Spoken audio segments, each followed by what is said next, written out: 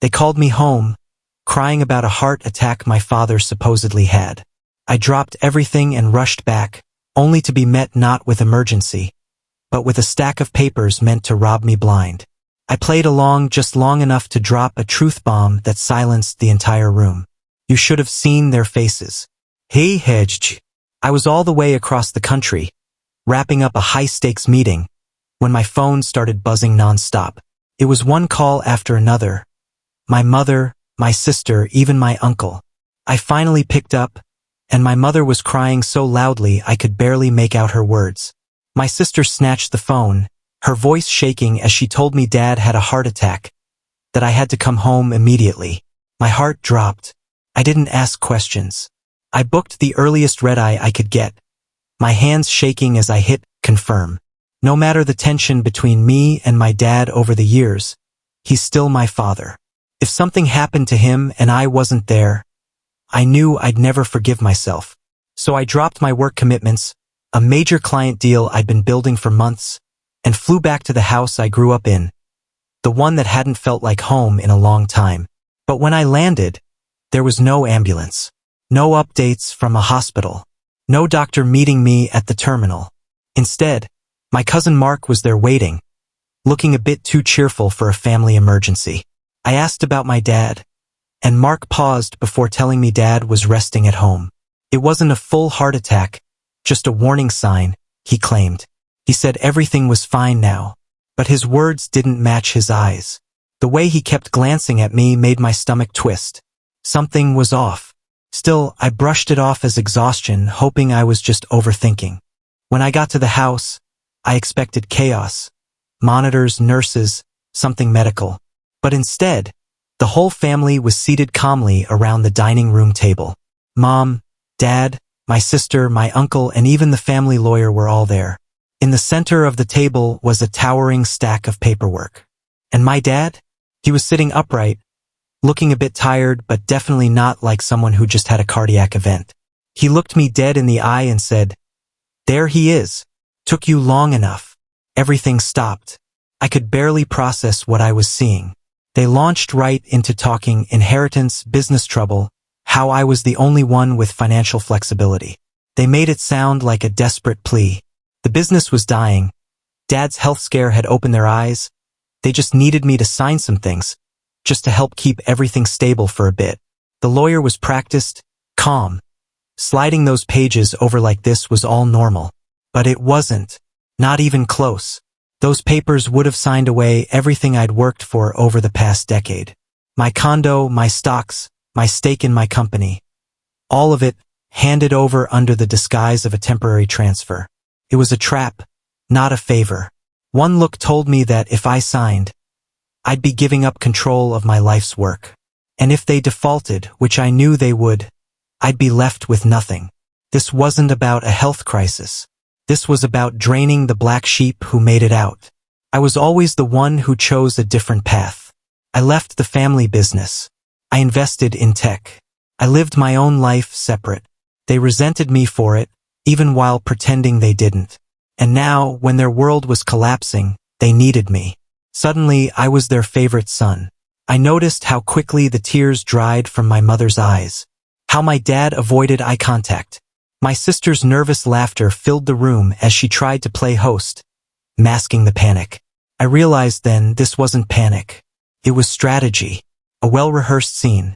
Mom was the heart, Dad the authority, my sister the sweet distraction, and the lawyer? The puppet master behind it all. But I've dealt with harder negotiators. I know what a setup looks like. So I took the pen, acted calm, and pretended to sign. The relief that flooded the room was almost funny. My sister even giggled. "See? That wasn't so hard." I leaned back and quietly said, "You might want to check those signatures before submitting them. They're fake." Silence. Heavy, deafening silence. My mother's smile fell instantly. My sister's face turned red. My dad finally looked at me, not with shame, but with rage. Rage that I didn't fall for it. I stood up and headed toward the door. Just before leaving, I turned and said, "I came here thinking my father was dying. You used that to try and scam me. Don't call me again unless it's real. And next time, hire better actors. That was pathetic. My uncle shouted after me, trying to say they could explain. But I didn't stop. I walked out, slammed the door, and drove straight to the bank. Because if they were this desperate, I knew they might try something worse. This time, I wasn't just protecting my money, I was preparing for war. The next morning, I woke up with only a few hours of sleep in my system. But the adrenaline was still pumping through my veins like a warning siren that refused to die down. I couldn't shake the look in my father's eyes when I told him those signatures were fake. Not embarrassed, not guilty, but furious.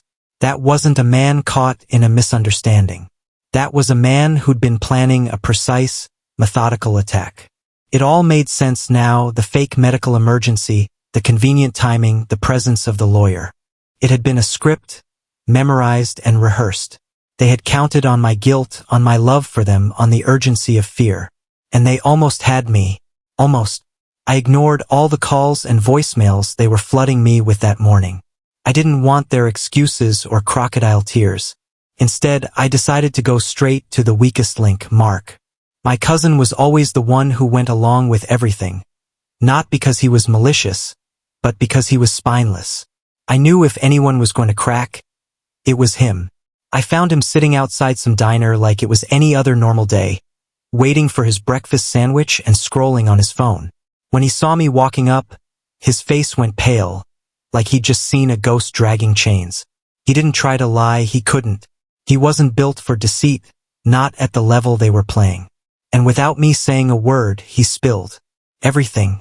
The business had been hemorrhaging money for years. My dad had made one bad decision after another, risky investments, failed ventures, and even a deal with a shell company in Nevada that disappeared overnight with $500,000. Then came the whistleblower, a former employee who accused them of falsifying tax records, fudging earnings reports, and running an off-the-books operation. The lawsuit was real, and it was looming. Worse than that, they were being investigated by the authorities. Not just a civil case, but potential criminal charges. My family was not just broke. They were on the verge of being exposed, prosecuted, and possibly imprisoned. And the real purpose of that stack of papers? To shift the assets. They needed my name, my clean record, and my financial stability to transfer everything, to protect themselves from total ruin. If I had signed those papers, I would have been the legal holder of their dirty money. And when it all came crashing down, I would have gone down with them. They were going to let me take the fall. I left that diner feeling like my entire childhood had just been rewritten in one conversation. The people who had raised me, sat beside me on birthdays, hugged me during storms, laughed over old photos. They had turned me into a financial escape hatch. Not a son, not a brother, not even a person. Just a walking bank account with a pulse. The realization hit harder than any betrayal I had faced in my adult life. Love for them had always been conditional, and I had never noticed because I had been too busy trying to earn it. I drove straight to my personal lawyer. Not just any lawyer, but someone who had protected my business interests for years. A no-nonsense woman with a reputation for going for the jugular when needed. I showed her the documents, explained the setup, told her about the fake heart attack and the emotional manipulation. She didn't blink once, just listened, nodded, and said, "This is fraud. If they even attempt to use those documents with a financial institution, they're exposed." Her voice was calm, controlled, like a surgeon prepping for an operation. She asked me for copies, told me not to contact them further, and said she would take it from there. And so I waited. I didn't reach out to anyone. I went back to work. I went to the gym. I ate my meals. But inside, I was counting down the days until the truth surfaced. And 2 weeks later, it did. She called me, same calm voice, and said, "They tried it." My family had submitted the documents to a private lender, claiming they had my consent to back a massive emergency loan using my assets. But the lender, being smart, ran a signature check. And that's where everything fell apart. The signatures didn't match. The paper trail didn't add up. The lawyer notified the authorities. The loan was frozen. And the investigation? Officially underway. I didn't feel victory. I didn't feel revenge. I felt cold. Just a quiet, numb kind of sadness that comes when you finally accept that the bridge behind you is burning and you're not going back. But I knew I had one final step left. Closure. So I drove back to the house one last time. They opened the door like they'd seen a ghost. The same house that had once held my childhood now looked like a set built on lies. I didn't go inside. I just told them I knew everything. That the authorities were aware. That the investigation had begun. And that I was cutting every legal, financial, and emotional tie with them. Permanently. My mother cried. My sister pleaded. My father didn't say a word. Just looked at me with that same expression. Like I'd killed something sacred. But what I killed was their illusion. That they could always count on me. That I'd always be the good son. That my loyalty would always outweigh their deceit. I told them not to contact me again unless it was for something honest. Something real. And even then, I couldn't promise I'd answer. I turned, walked away, and this time, I didn't look back. Since then, my life has been quieter.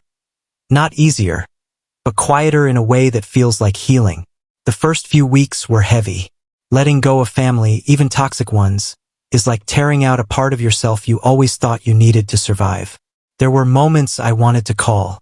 Holidays where I picked up my phone just to put it right back down. The house I once called home was gone. Not in bricks and mortar, but in meaning. And I had to accept that the place I ran to in crisis no longer existed, if it ever truly did.